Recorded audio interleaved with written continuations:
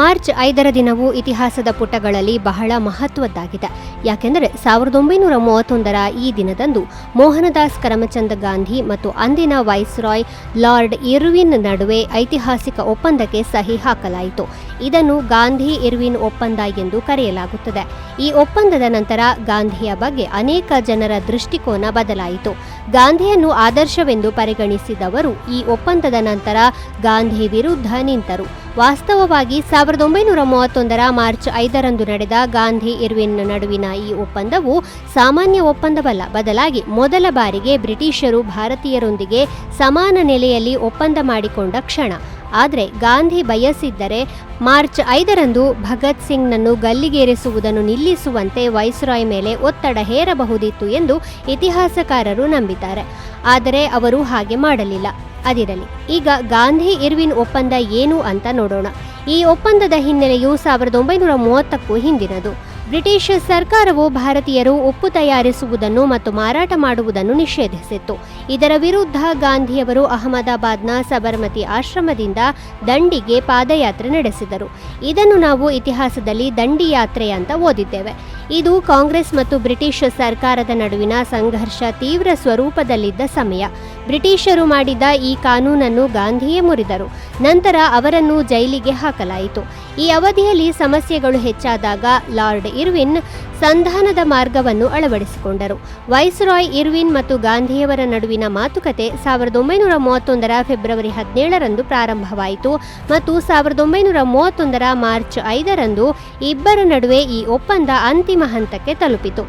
ಇದರ ಅಡಿಯಲ್ಲಿ ಅಹಿಂಸಾತ್ಮಕವಾಗಿ ಹೋರಾಡುವಾಗ ಸಿಕ್ಕಿಬಿದ್ದ ಎಲ್ಲಾ ಕ್ರಾಂತಿಕಾರಿಗಳನ್ನು ಬಿಡುಗಡೆ ಮಾಡಲು ನಿರ್ಧರಿಸಲಾಯಿತು. ಅಲ್ಲದೆ ಸಮುದ್ರ ತೀರದಲ್ಲಿ ಉಪ್ಪು ಮಾಡುವ ಹಕ್ಕು ಭಾರತೀಯರಿಗೆ ಸಿಕ್ಕಿತು. ಮದ್ಯ ಮತ್ತು ವಿದೇಶಿ ಬಟ್ಟೆ ಅಂಗಡಿಗಳ ಮುಂದೆ ಪ್ರತಿಭಟನೆ ಮಾಡುವ ಸ್ವಾತಂತ್ರ್ಯವೂ ಭಾರತೀಯರಿಗೆ ಸಿಕ್ಕಿತು.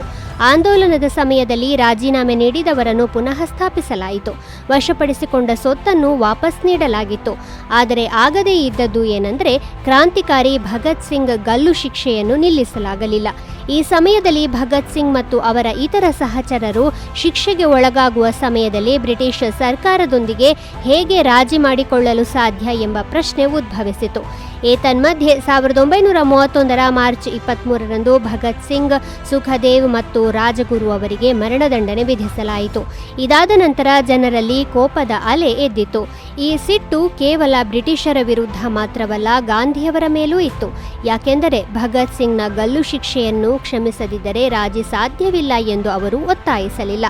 ಮಾರ್ಚ್ 26ರಂದು ಕಾಂಗ್ರೆಸ್ ಅಧಿವೇಶನದಲ್ಲಿ ಪಾಲ್ಗೊಳ್ಳಲು ಗಾಂಧಿ ಕರಾಚಿಗೆ ಆಗಮಿಸಿದಾಗ ಅವರನ್ನು ಕಪ್ಪು ಬಟ್ಟೆಯಿಂದ ಮಾಡಿದ ಹೂವುಗಳು ಮತ್ತು ಗಾಂಧಿ ಮುರ್ದಾಬಾದ್, ಗಾಂಧಿ ಗೋ ಬ್ಯಾಕ್ ಎಂಬ ಘೋಷಣೆಗಳೊಂದಿಗೆ ಸ್ವಾಗತಿಸಲಾಯಿತು. ಅದೇ ಸಮಯದಲ್ಲಿ ಸುಭಾಷ್ ಚಂದ್ರ ಬೋಸ್ ಸೇರಿದಂತೆ ಕಾಂಗ್ರೆಸ್ನ ಅನೇಕ ಜನರು ಗಾಂಧಿ ಇರ್ವಿನ್ ಒಪ್ಪಂದವನ್ನು ವಿರೋಧಿಸಿದರು. ಕಾಂಗ್ರೆಸ್ನಲ್ಲಿದ್ದಾಗಲೂ ಸುಭಾಷ್ ಚಂದ್ರ ಬೋಸ್ ಅವರು 1931ರ ಮಾರ್ಚ್ 20ರಂದು ಭಗತ್ ಸಿಂಗ್ ಅವರನ್ನು ಗಲ್ಲಿಗೇರಿಸುವುದನ್ನು ವಿರೋಧಿಸಲು ದೆಹಲಿಯಲ್ಲಿ ದೊಡ್ಡ ಸಾರ್ವಜನಿಕ ಸಭೆಯನ್ನು ಆಯೋಜಿಸಿದ್ದರು. ಭಗತ್ ಸಿಂಗ್ ಮರಣದಂಡನೆಯನ್ನು ಕ್ಷಮಿಸುವಂತೆ ವೈಸ್ರಾಯ್ ಮೇಲೆ ಗಾಂಧಿಯವರು ಸಂಪೂರ್ಣ ಒತ್ತಡ ಹೇರಿದ್ದರು ಎಂಬುದಕ್ಕೆ ಇತಿಹಾಸಕಾರರಿಗೆ ಯಾವುದೇ ಪುರಾವೆಗಳು ಸಿಕ್ಕಿಲ್ಲ. ಇತಿಹಾಸದಲ್ಲಿ ಇರುವ ಪುರಾವೆಗಳ ಆಧಾರದ ಮೇಲೆ ಭಗತ್ ಸಿಂಗ್ ಗಲ್ಲಿಗೇರಿಸುವ ದಿನದ ಮೊದಲು ಗಾಂಧಿ ಮತ್ತು ವೈಸ್ರಾಯ್ ನಡುವೆ ನಡೆದ ಚರ್ಚೆಯಲ್ಲಿ ಗಾಂಧಿಯವರು ಭಗತ್ ಸಿಂಗ್ ಗಲ್ಲು ಶಿಕ್ಷೆಯ ವಿಚಾರ ಅನಗತ್ಯವೆಂದು ಪರಿಗಣಿಸಿದ್ದರು ಎಂದು ಹೇಳಬಹುದು. ಆದರೆ ಗಲ್ಲಿಗೇರಿಸಿದ ದಿನದಂದು ಗಾಂಧಿಯವರು ವೈಸ್ರಾಯ್ಗೆ ಬರೆದ ಪತ್ರದಿಂದ ಕೆಲವು ಕೆಲಸಗಳನ್ನು ಮಾಡಬಹುದಿತ್ತು. ಆದರೆ ಅದು ತುಂಬಾ ತಡವಾಗಿತ್ತು. ಅದಕ್ಕಾಗಿಯೇ ಈ ವಿಷಯವು ಇತಿಹಾಸಕಾರರಿಗೆ ಇನ್ನೂ ಟೀಕೆ ಮತ್ತು ಚರ್ಚೆಯ ವಿಷಯವಾಗಿದೆ. ಏರ್ ಮಾರ್ಷಲ್ ಸುಬ್ರತೋ ಮುಖರ್ಜಿ ಅವರು 1911ರ ಮಾರ್ಚ್ 5ರಂದು ಬಂಗಾಳದಲ್ಲಿ ಜನಿಸಿದರು. ಅವರು ಭಾರತೀಯ ವಾಯುಪಡೆಯ ಮೊದಲ ಭಾರತೀಯ ಕಮಾಂಡರ್ ಇನ್ ಚೀಫ್ ಆಗಿದ್ದರು. ಸುಬ್ರತೋ ಮುಖರ್ಜಿ ಅವರನ್ನು ಭಾರತೀಯ ವಾಯುಪಡೆಯ ಜನಕ ಎಂದು ಕರೆಯುತ್ತಾರೆ. 1932ರ ಅಕ್ಟೋಬರ್ 8ರಂದು ಭಾರತೀಯ ವಾಯುಪಡೆಯ ರಚನೆಯ ನಂತರ ಸುಬ್ರತೋ ಮುಖರ್ಜಿ ಪೈಲಟ್ ಆಗಿ ನೇಮಕಗೊಂಡರು. ನಂತರ ಅವರನ್ನು 1933ರಲ್ಲಿ ಬ್ರಿಟಿಷ್ ಭಾರತದಲ್ಲಿ ಕರಾಚಿ ಮೂಲದ 1ನೇ ಸ್ಕ್ವಾಡ್ರನ್ಗೆ ನಿಯೋಜಿಸಲಾಯಿತು. ಎರಡನೆಯ ಮಹಾಯುದ್ಧದ ಸಮಯದಲ್ಲಿ ಸುಬ್ರತೋ ಮುಖರ್ಜಿ ಅವರನ್ನು ಸ್ಕ್ವಾಡ್ರನ್ ಲೀಡರ್ ಆಗಿ ಮಾಡಲಾಯಿತು. ಭಾರತದ ಸ್ವಾತಂತ್ರ್ಯ ಮತ್ತು ವಿಭಜನೆಯ ಸಮಯದಲ್ಲಿ ಭಾರತೀಯ ವಾಯುಪಡೆಯ ಮರು ಸಂಘಟನೆಯಲ್ಲಿ ಅವರು ಪ್ರಮುಖ ಪಾತ್ರ ವಹಿಸಿದರು. 1954ರಲ್ಲಿ ಸುಬ್ರತೋ ಮುಖರ್ಜಿ ಅವರು ಭಾರತೀಯ ವಾಯುಪಡೆಯ ಕಮಾಂಡರ್ ಇನ್ ಚೀಫ್ ಆಗಿ ಅಧಿಕಾರ ವಹಿಸಿಕೊಂಡರು. ಅವರಿಗೆ ಏರ್ ಮಾರ್ಷಲ್ ಪದವಿ ನೀಡಲಾಯಿತು. ನಂತರ ಕಮಾಂಡರ್ ಇನ್ ಚೀಫ್ ಹುದ್ದೆಯು ಭಾರತೀಯ ವಾಯುಪಡೆಯಲ್ಲಿ ಏರ್ ಸ್ಟಾಫ್ ಮುಖ್ಯಸ್ಥ ಎಂಬ ಹುದ್ದೆಯಾಯಿತು. ಏರ್ ಮಾರ್ಷಲ್ ಸುಬ್ರತೋ ಮುಖರ್ಜಿ ಅವರು 1960ರ ನವೆಂಬರ್ 8ರಂದು ಜಪಾನ್ನ ಟೋಕಿಯೋದಲ್ಲಿ ಕೊನೆಯುಸಿರೆಳೆದರು. ಸುಬ್ರತೋ ಮುಖರ್ಜಿಯವರ ಜೀವನವು ಘನ ಉದ್ದೇಶಗಳು ಮತ್ತು ಸಮರ್ಪಣೆಗೆ ಉದಾಹರಣೆಯಾಗಿದೆ. ಹಿಂದೂಸ್ತಾನಿ ಶಾಸ್ತ್ರೀಯ ಸಂಗೀತ ಲೋಕದ ಸುಪ್ರಸಿದ್ಧ ಗಾಯಕಿ ಗಂಗೂಬಾಯಿ ಹಾನಗಲ್ ಅವರು 1913ರ ಮಾರ್ಚ್ 5ರಂದು ಹಾನಗಲ್ನಲ್ಲಿ ಜನಿಸಿದರು. ಆದರೆ ಅವರು ಬೆಳೆದಿದ್ದು ಧಾರವಾಡದಲ್ಲಿ. ಅವರು ಸವಾಯಿ ಗಂಧರ್ವರಿಂದ ಸಂಗೀತ ಶಿಕ್ಷಣ ಪಡೆದಿದ್ದರು. ಸ್ವತಂತ್ರ ಭಾರತದಲ್ಲಿ ಖಯಾಲ್ ಗಾಯನದ ಗುರುತನ್ನು ರಚಿಸುವಲ್ಲಿ ಗಂಗೂಬಾಯಿ ಪ್ರಮುಖ ಪಾತ್ರ ವಹಿಸಿದರು. ಖಯಾಲ್ ಭಾರತೀಯ ಸಂಗೀತದ ಒಂದು ರೂಪ. ಇದು ಭಾರತೀಯ ಮತ್ತು ಪರ್ಷಿಯನ್ ಸಂಗೀತದ ಮಿಶ್ರಣವನ್ನು ಒಳಗೊಂಡಿದೆ.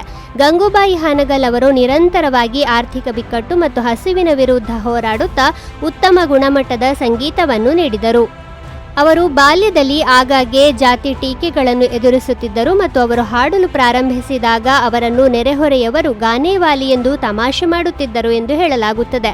ಅವರು ಹಾಡುಗಾರಿಕೆಯನ್ನು ಒಂದು ವೃತ್ತಿಯಾಗಿ ನೋಡಲಿಲ್ಲ. ಗಂಗೂಬಾಯಿ ಹಾನಗಲ್ ಅವರು ಅನೇಕ ಅಡೆತಡೆಗಳನ್ನು ನಿವಾರಿಸಿ ತಮ್ಮ ಗಾಯನವನ್ನು ಹೊಸ ಮಟ್ಟಕ್ಕೆ ಕೊಂಡೊಯ್ದರು.